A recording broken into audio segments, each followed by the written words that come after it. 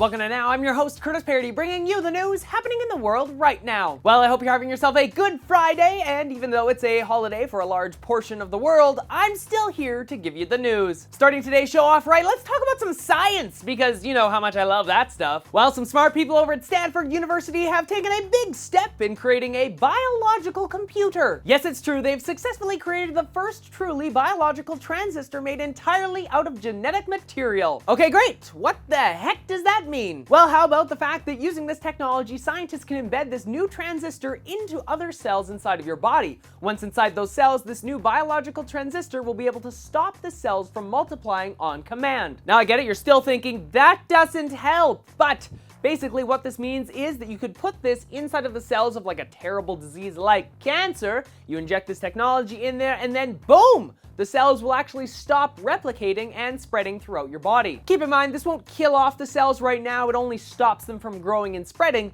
but still, that's pretty sweet. And hey, maybe in the future this tech could be fitted with a little self-destruct type of thing, which once inside of the cells that are, kind of a bad thing, there's a poof, dead. Personally, when I first read about this new biological transistor and what it could do, I thought, wouldn't it be interesting if you could place this type of technology in other parts of your body to stop infection, disease, and possibly even sickness? Think about it, it's like turning your body into a computer. But this time, if you start getting sick, you just target the infected area. You tell the little computer systems within your cells to fight it off. I guess this is more or less like a dream of mine to become like an android. Someday. Talking about turning into an android, I totally am going to look like an android when I get Google Glass in the future, because you all know I'm totally getting one of those things. I kind of wonder how people are going to think when it's like on my face. Will they think, hey, that's like a weird android type of thing, or just a weird geek type of thing? Or maybe they'll think it's kind of cool. I'm leaning more towards the look at the nerd geek over there with the thing on his face. But for those of you who do care, new information has been released about the production of Google Glass, and it's great news for American manufacturing. Google Glass will be built in the USA. Well, at least the first batch of them. The Financial Times is reporting that Foxconn will make the first Google Glass devices in Santa Carla. This will allow Google to watch over the production of the early devices. These will be the devices that will go out to developers who were actually able to pre-order the device last year at Google's I/O conference, and of course to the lucky people who won the If I Had Glass competition. It's still unknown though if Glass will continue to be manufactured in the US when it hits the larger rollout later this year. Well, from Google, let's move on to Facebook. Now we all love Facebook, you know it, don't deny it. And if you have a smartphone, I'm pretty sure it's one of your most used apps on there. Like, you need to keep tabs on those people you went to high school with, or the people you're currently going to high school with. But it turns out Facebook could have something new up their sleeve for the future of Facebook on a phone. Wait, did I just say Facebook on a phone or a Facebook phone? Well, actually, both of them could be true. Facebook did send out an invite to news sites to come check out their new home on Android on April 4th. So I guess we'll have to wait and see what they have to announce. Keeping in mind you can now call your friends through Facebook chat on any Android or iOS device, so that was kind of like the last big piece of the puzzle to create a Facebook phone. So hey, if you're interested in getting a Facebook phone, there may be an official one in the near future. Or of course you could just get like an iPhone or the new Samsung Galaxy S4 when it comes out and install the Facebook app on that, and then, well, you'll have Facebook experience plus like other smartphone experiences too, so that might even be better. Next up, let's look into the world of video games. The video game world is all in a buzz about the next generation consoles coming out soon, like the PlayStation 4 and whatever the next Xbox will be called.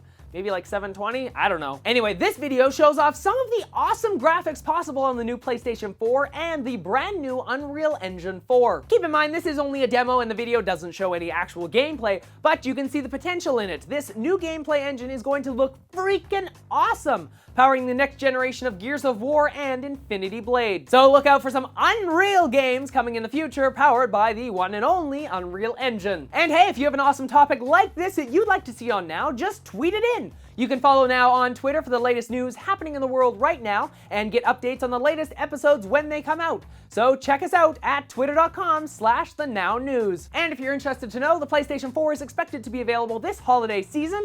As for the next generation Xbox, well, we still have to wait for Microsoft to announce it.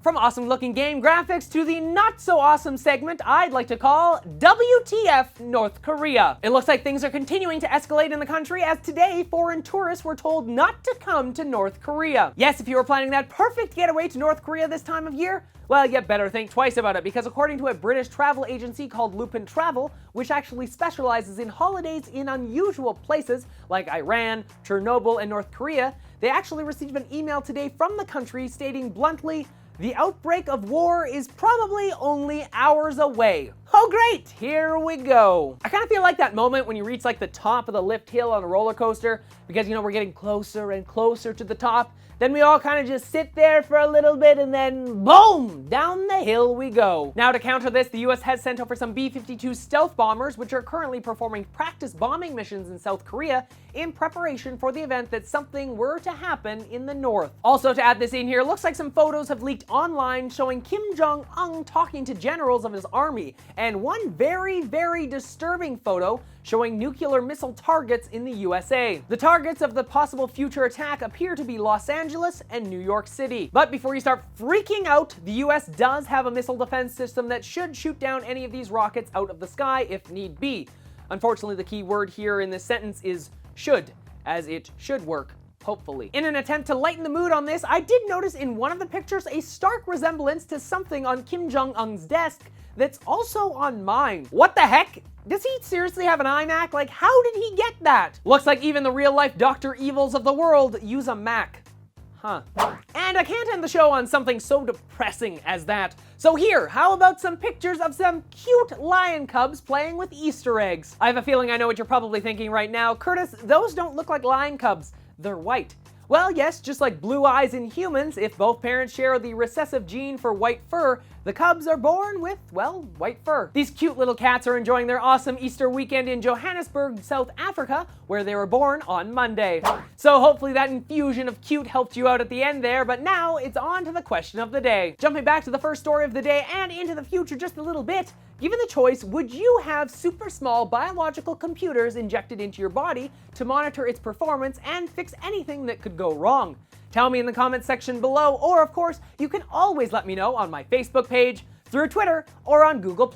Links to all that and the other topics I talked about in today's episode in the description below, along with the always amazing subscribe button. So until next time, I'm Curtis Parody, and that's what's happening now.